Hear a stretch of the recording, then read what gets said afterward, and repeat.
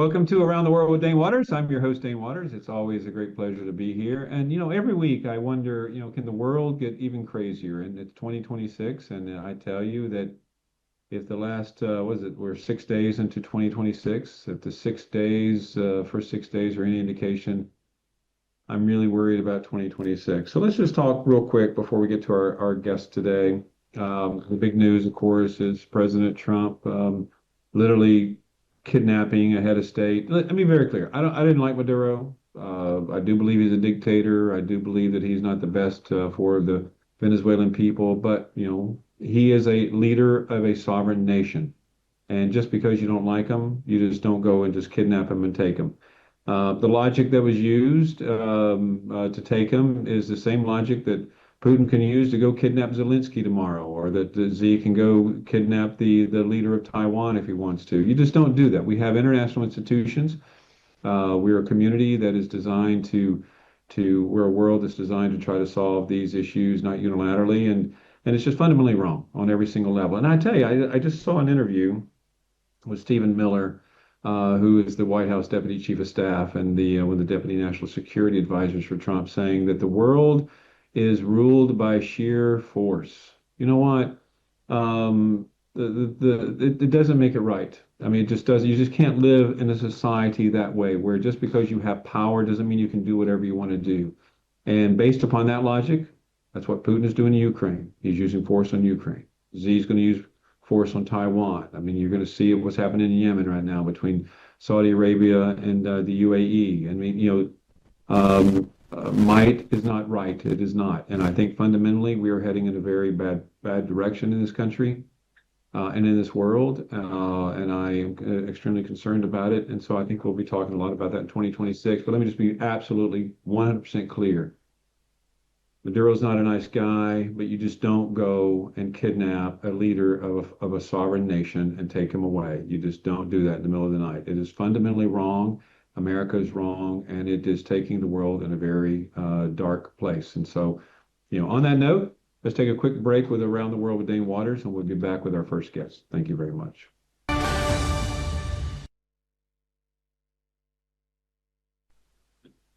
Welcome back to Around the World with Dane Waters. I'm honored to be here with Wanja Kaufmann, who's an environmentalist, a member of the Green Party, both I would say in the UK and in Sweden Green Party, I guess. Yes, exactly. Well, listen, welcome, and I'm glad you're here. Thanks for being with us today. Thanks for having me. So let's talk about, Ben Murray Bruce, who is the CEO of Silverbird, who's a great friend of mine. He always talks about the importance of the environment, and a lot of politicians and elected officials just don't seem to care about the environment. So let's make this as simple as possible to begin with. Help the audience understand why, honestly, we should care about the environment. Yeah, no, I think it's really good to start with that kind of simple question, because it really sets the tone as well for how people can think about these issues. I think sometimes the environment and nature and climate topics feels like this fluffy, big ideological thing that people don't really know how to grasp. But it's as simple as the nature is our home. The environment is our home. This is the house that we live in. And if we don't take care of it, if our house is burning and we're not closing down the fire, we're not going to have a house to live in at the end. So as simple as that. In order for us to be able to live on this planet, we need to care about environment. Well, I agree with that, and I think that but listen, we also live in a world where some people are slum landlords, right? So they don't care about the buildings they live in, and I would argue that people keep kicking the can down the street is from the standpoint of well, let me just ask this question first before we get there. Listen, the big topic of the day, of course, is Venezuela. What's going on in Venezuela? And no matter how you want to slice it, Donald Trump wants the oil. He's taking resources around the world. One of the reasons he wants Greenland is for the natural resources. One of the reasons he cut a deal with Ukraine is for their natural resources. One of the reasons he wants Venezuela is for the natural resources. I mean, he wants natural resources. So talk to us about, first of all, what is your thoughts on what happened in Venezuela and also its relationship with the environment?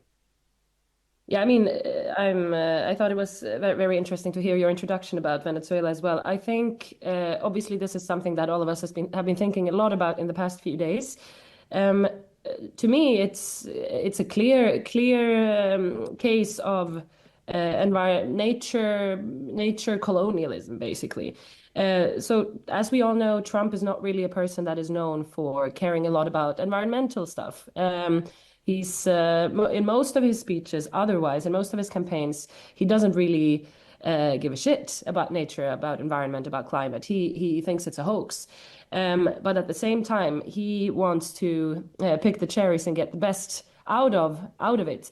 And clearly, Venezuela is a country with one of the biggest oil reserves in the world. Greenland has a lot of natural resources. Um, Trump is even he's not even trying to hide that he wants Venezuela's oil reserves. I mean, just the other day, that was one thing that was very baffling to me, that he actually came out to say, "We want your oil. We are going to sell your oil because we deserve to do that." And I think, unfortunately, especially now, if EU leaders, if other world leaders are not going to say anything against that, that is going to become a new way of doing international politics. And I don't think that it's going to be possible to stop Trump with Greenland either, if he's allowed to do this with Venezuela. No, I know. I mean, as we all know, I mean, he's blatantly now warned the president of Colombia. He's talked about Mexico. He's talked about Iran. I mean, he's talked about all these places that just, might does not make right, as I said in my monologue. So let's talk about it. If elected leaders, if we don't, not we, I'm not an elected leader, but if the world doesn't really focus on environmental issues, I mean, where are we going to be in 5 to 10 years, honestly? I mean, I would say it's not even 5 or 10 years, but we can see it already nowadays and in some parts of the world, the consequences of the fact that world leaders have not put the environmental issues at the top of the agenda. The only thing is that us for example, I'm living in London, or I've been in Sweden before, and also in the US, we are rich enough to not see the consequences of the climate change. I mean, already now we can see a lot of an increase in wildfires. We can see increasing ocean levels. We can see a bigger risk for landslides, and it's not happened that much yet in the West. But we're also going to start experiencing those consequences in the next 5 to 10 years. But it's already happening in the global south. And I think this is also something that is very telling when it comes to environmental issues. Like, it's very much also a class issue, and it's something that has to do with if you're poor, you're going to be the one that is most severely impacted by the consequences of not taking care of the environment. Um, but we might not see that our house is burning, but our neighbors on the first floor, they are already seeing all these consequences, and we're just stupid if we don't realize that it's gonna hit us eventually as well. Yeah, but listen, politicians are elected by the people, right? I mean, they're only in power because the people, if it's a free and fair election.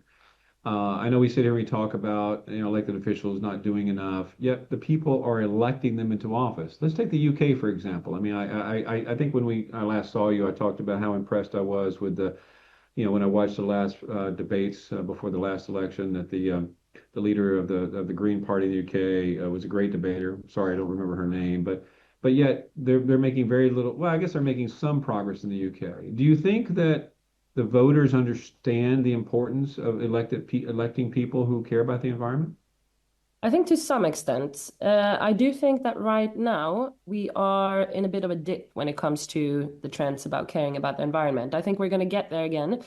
We had a big environmental trend in 2018, 2019 when we had Greta Thunberg, or Greta Thunberg, as English speakers might know her better, a Swedish activist who was sitting outside of the parliament saying we need to do something about the environment. And back then we had a big surge of like people understanding, people engaging. I would say over the past few years, the interest has gone down a bit. I do think that the success of the Greens in the UK now, which we can really see is a big success. I mean, the Green Party of England and Wales has grown five times in membership just since September, since the new party leader, Zach Polanski, was elected. I do think that that partly has to do with environmental issues. I do think, however, that people just also have a big need for a leader that shows care in some kind of way, shows care about people, shows care about human rights, shows empathy towards migrants. And most of the time, um, if we're looking at what kind of leaders actually talk about the environment, it's also the ones that are talking about human rights, that are talking about inclusion and social cohesion.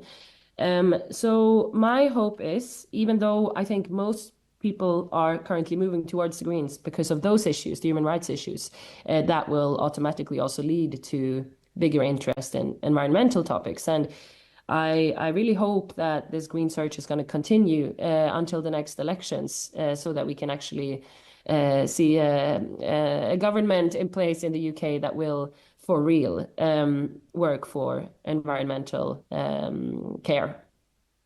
Well, I know it's going to be a shock to the crowd out there and to the audience, but you are a little younger than I am, and so the question is this a generational issue? For example, would you argue that it's the younger generation that cares more about the environment than the older generation?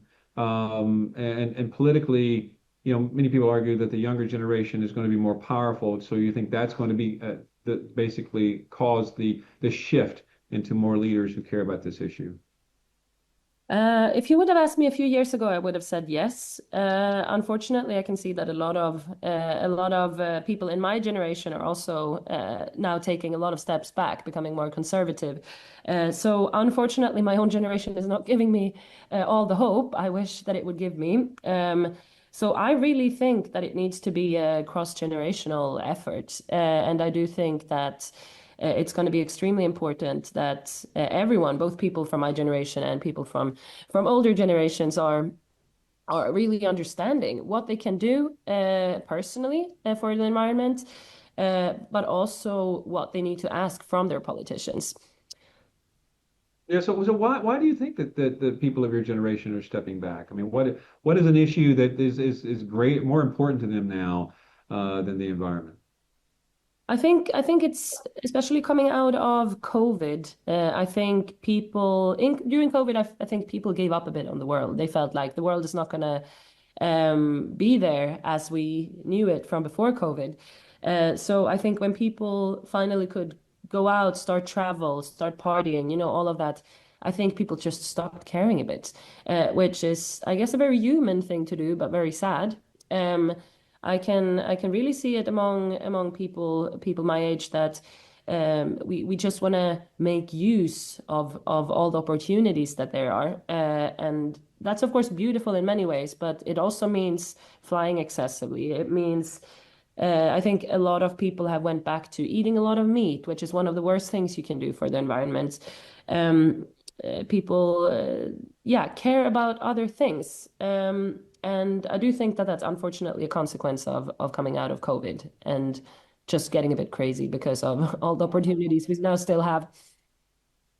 Yeah, well, so the audience, this show is global, people all over. I mean, it's heard in countries that are, as you were talking about earlier, who don't really feel the repercussions of climate change, like the United States and the UK and Europe, and Yeah. but then you have continents like Africa, like Nigeria, for example, where there's a very unfortunate poor population that have to face it. And so people who are watching this show, like those in Nigeria, who are thinking that my priority is to put food on the table and Yeah. take care of my kids. I mean, how do we convince them that they really need to focus on the environment and elected leaders and supporting leaders that care about the environment? Mm. So this is a complex issue in many ways.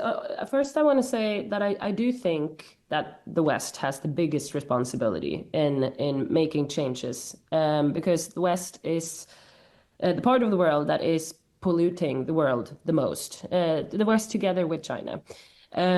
So I think we need to put the responsibility where the responsibility needs to be put. Having said that, everyone also needs to contribute to better environmental policies, and I do think this is also always the question, I guess, about do we just push for system change or can I also do something in my everyday life? And my very strong conviction is that I think in order for us to push for politicians to become better at environmental policies, there is a need for a culture change. And that culture change can only be achieved by each and every one of us taking the steps needed to live more environmentally friendly. And I think there are three things that are the most important things to think about, both in your own life, but also when it comes to what you're pushing politicians for. It's transport, flying less, not using as much like fuel, taking trains if possible. That's of course also something that needs to be done more on a system level. For example, in a country like Nigeria, I've been very happy to see that there have been some new trains in Lagos. My mother-in-law went there a few months ago to visit family and showed me the new trains. Very excited about that. And that's one. Food is the second thing. The best thing you can do for the environment is to go vegan or at least vegetarian or cut down on meat. That's one of the biggest polluters. And the last thing is energy. And here I think it's both about pushing politicians to invest in renewable energy, get away from oil, get away from coal. And I think that this is both an environmental issue, but you can also see if we get away from oil dependency, from coal dependency, that will also create a safer and more secure world because then we might have less people like Donald Trump who tries to invade other countries just to get to their oil reserves. I Um, think it's a very, yeah, it's a very valid point. Sorry to interrupt. Keep going. yeah, Yeah. no, So. please do. Well, no, I mean, I think this is what, we have to, what we talk about on the show a lot is how all of these issues are interconnected. And I agree. I think that if we were more, or if we were less dependent on natural resources like coal, and things of this nature, natural gas, then the reality is there wouldn't be this quest to try to control countries that have these vast resources, and so it all ties in together, and we just need to all understand that. Now, I have to say that I agree with all your points. I'm still having a hard time becoming a vegan. Giving up cheese is a very difficult thing for me, I have to admit, but I'm trying. I really am trying, and since I've consumed less meat, I have lost weight and I do feel better. So, but I'm trying. I'm trying. So, thanks to your words of wisdom. But initially, but let's talk about the Green Party real quick. Of all the political parties globally, um, you always hear about the Greens, and would you argue that the Green Party is the party globally that really cares the most about the environment? Generally, you could say that. I mean, obviously there are national differences, and in some countries there are more parties who have better environmental policies than in others, and in some countries even the Greens are not very far up when it comes to progressing with environmental policies. But in general, I would say I've been active now for 15 years in Green parties, both in Sweden and the UK. And I simply there are no other parties that have it at the forefront of their priorities. There might be other parties that have okay environmental policies, but they will always prioritize something else. For example, if you look at Social Democrats or Labour, they might have okay environmental policies, but they will always prioritize economic issues, for example. And I think there's a need for parties in every single country, or independent candidates, for example, in presidential elections, that really see that the environmental issue is something that needs to be put at the forefront because our house is burning and we can only ignore it for so long. Yeah, well, listen, we only have one minute left. Let me ask you this question: your predictions. The UK politics are in a shambles. There's no doubt about it. I mean, I made a prediction that Starmer won't make it as prime minister for the rest of the year. But when the next elections come, I mean, how do you think the Greens will do in the UK?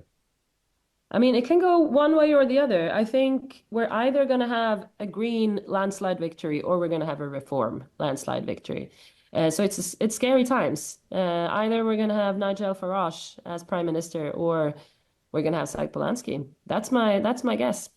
And I mean, I really hope it goes the green way.